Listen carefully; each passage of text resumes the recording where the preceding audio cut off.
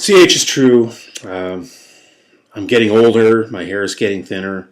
I'm realizing I need to stand for something, and I need to stand for it bravely. In times of great crisis, it takes somebody to stand up and actually do the brave thing. Yes, on this channel we've done a lot related to math, we've done a lot related to cosmology and physics, but I can't escape into those things. Right now, it's a time of grave crisis, and I need to stand up bravely the way that Einstein himself did in times of grave crisis. He was not only a great scientist, and I hold him as a hero in that regard, he also stood for what was right in the realm of social justice and human equality, human freedom. And it was for this that he was not only persecuted by the Nazis, which goes without saying, but he was also persecuted on both sides, or at least opposed by people on both sides of the Cold War. The communists hated him because although he was on the left, he wasn't one of them. He didn't side with dictatorship. J. Edgar Hoover hated him because he stood for civil rights, the constitutional liberties of citizens, of people all over the world. And it's in that spirit now that when I see the police being militarized, when I see the police being used as essentially instruments of a standing army, when a police officer can gun somebody down after multiple shots and the body is left there to die, and there's no culpability, there's no one answers for it, it's time for me to stand up. Indeed, I'm being expected to believe that after multiple shots, Mike Brown was still somehow, some way able to charge the particular officer involved. I'm being asked to believe that I believe it was upwards of 11 shots were necessary, and then the body is left there with no medical attention, and that's acceptable in supposedly a free country. I'm going to address two audiences here. One would be, let's say, Caucasian Americans, and the other would be African Americans, and I'm going to do my best to be fair in both instances. To Caucasian Americans who might see this as an us-them, that we have to, it's a matter of them and us, I would say, especially, let's say, people in the right-wing libertarian community who oddly, just maybe not so oddly, but they seem to take the side of Darren Wilson. They seem to take the side, or at least they're very much against Mike Brown. I would say, first of all, on a side note to anarcho-capitalists, if you guys are such great entrepreneurs, shouldn't you come up with your own symbols and not take from left-wing anarchists? Things like the A with the circle around it, or even the label of anarchist. It's a side note, but I'm just saying, I mean, you're supposedly these entrepreneurs and creative people. I would think you'd come up with your own labels. At least Ayn Rand came up with objectivist. That was her own thing. But you guys, I don't know. But I would say more to the point, I've seen a lot of right libertarian channels, and they seem to be taking the side against Mike Brown. And I would say, you know, you guys claim to be for the Constitution. You can clearly see the militarized police here. You can clearly see this. You should be on the side of the protests. As far as the claim that we're being told by the media that we have a bunch of looters and a bunch of people destroying businesses, I see the vast majority of protesters not doing that. And frankly, if you study the history of COINTELPRO and the infiltration of movements, you can clearly denote that when you have fires being set and yet no one's around and you can't see who's setting them, and you see that most of the protesters are far away, that ought to be very suspicious. But that having been said, if there is a radical fringe setting fires and looting businesses, I do not take the side of those people. I take the side of the community. The community is protesting nonviolently and yet with force.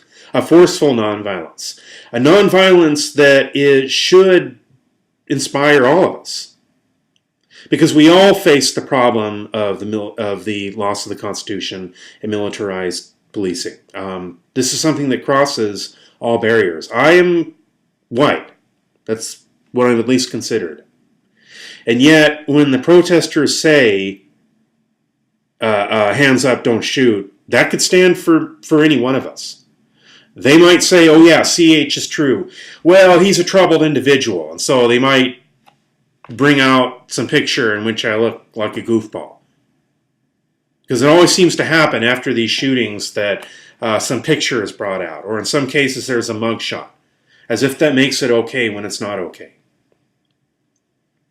To the African American community, the last thing that you need is somebody from outside of the community telling you what you should do. You've heard enough of that.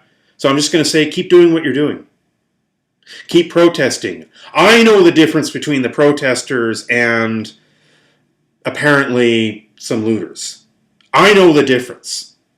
I can see who speaks truth to power and who simply follows the scripted narrative that they're expected to follow. They're expected to loot, they're expected to steal, and so they do, because it fits the narrative. I know the difference.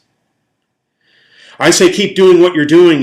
Those of you who are nonviolently and yet forcefully standing up to entire lines of police, and you're standing there and you're speaking truth to power. You're not setting fires or doing these other things. And this is the overwhelming majority of you. Please keep doing what you're doing. You're an inspiration to those of us in the suburbs and the rural areas who should be doing the same thing for some change in this country. As Benjamin Franklin once said, we hang together or we hang separately. I asked my friends in the African American community to not let this be made into purely as a racial issue. Yes, that's important. And yes, your grievances are very, very legitimate. But there's also the broader issue of the militarized police and the loss of the Constitution. Let's get that message out there. Hands up, don't shoot. Again, I'm outside of the community, and so I don't have the right to tell you what to do. There's too much of that coming from think tanks, from hedge funds, from politicians. I don't have that right. What I would humbly suggest, and hope you would do, is take this very same energy and take it to creating bottom-up solutions to things like privatization of education or the outsourcing and the loss of jobs from the community, to form co-ops, to form community responses to these things, to form democratic and decentralized bottom-up solutions. One particular issue that's near and dear to my heart, having been an educator, is education. I have been a teacher in any number of schools, including predominantly African American schools at various times as a substitute and here and there. And I'm the first to admit that I don't have the solution for you. You have the solution for you, as evidenced by the community responses that I've seen.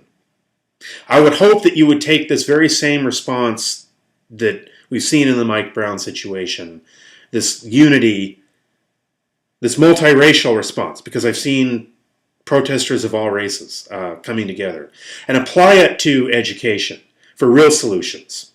Among those real solutions would be equal access to things like math and science, which are stepping stones for the future. Forming math and science clubs. A lot of people who've imbibed the kind of racial meme, including people who consider themselves progressives, say, "Oh, math and science. Well, that's for the suburbs. That's for white schools." And I'm thinking, well, if you believe that, then what you're saying is that African American, that Latino, that working class white students are somehow of a different type of human being than suburban whites or Asians. That's ridiculous. Knowledge is for everybody. Knowledge is the great escape. If you're African American and you're subscribed to this channel, you probably enjoy the intellectual, the discussions about things like philosophy or cosmology. The reason I bring this up is because oftentimes in the suburbs, the most individualistic and the most, I need to make a part 2 on this. So I'm going to go ahead and do that. Thank you.